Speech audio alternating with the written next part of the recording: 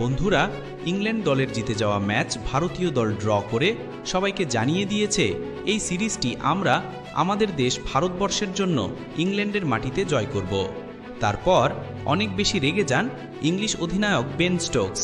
কিভাবে শুভমান গিল, কেএল রাহুল ও রবীন্দ্র জাদেজা ও ওয়াশিংটন সুন্দরের অসাধারণ প্রচেষ্টায় ভারতীয় দল একটি হেরে যাওয়া ম্যাচ জেতায় পরিবর্তন করে দিয়ে ইংল্যান্ড দলের পুরো অহংকার ভেঙে দিয়ে এই সিরিজে কাঁধে কাঁধ মিলিয়ে ভারতীয় দলের খেলোয়াড়রা ড্র করেছে।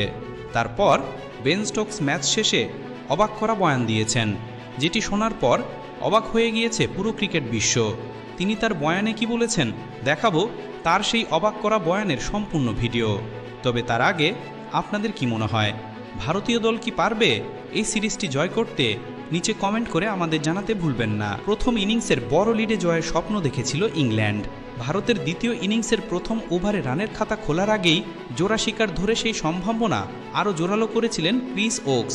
তবে আগের দিন লোকেশ রাহুল ও শুভমান গিলের প্রতিরোধের পর শেষ দিনে ওয়াশিংটন সুন্দর ও রবীন্দ্র জাদেজার দুর্দান্ত ব্যাটিংয়ে শেষ পর্যন্ত ড্রই হল ম্যানচেস্টার টেস্টের ফলাফল।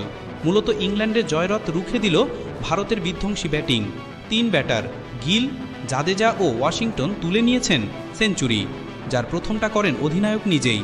তার দেখানো পথ ধরে এদিন যোদ্ধার মতো লড়াই করে 3 অঙ্কের দেখা পান ওয়াশিংটন ও জাদেজাও। 4 উইকেটে 425 রান করার পর ড্র মেনে নেয় ইংল্যান্ড।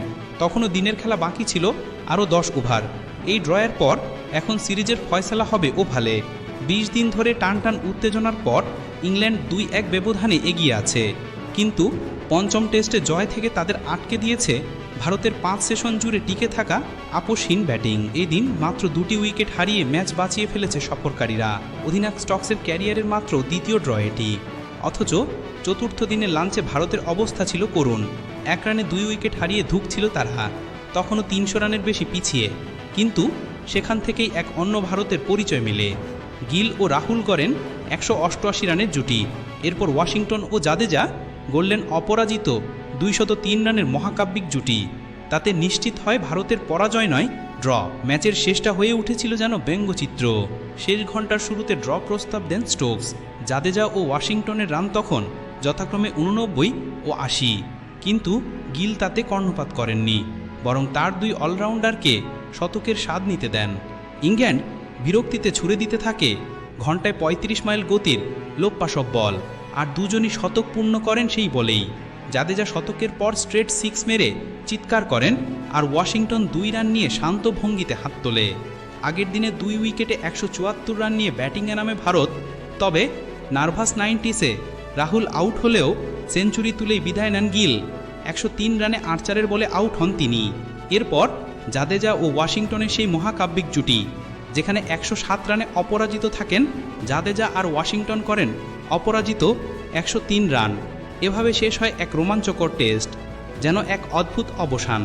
5 দিনে পড়েছে মাত্র 24টি উইকেট, অথচ প্রায় প্রতিটি সেশনই ছিল নাটকীয়তা।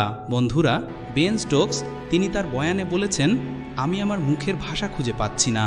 কিভাবে বলবো, আমি কল্পনা করতে পারছি না ভারতীয় দল কিভাবে এই সিরিজটি ড্র করেছে।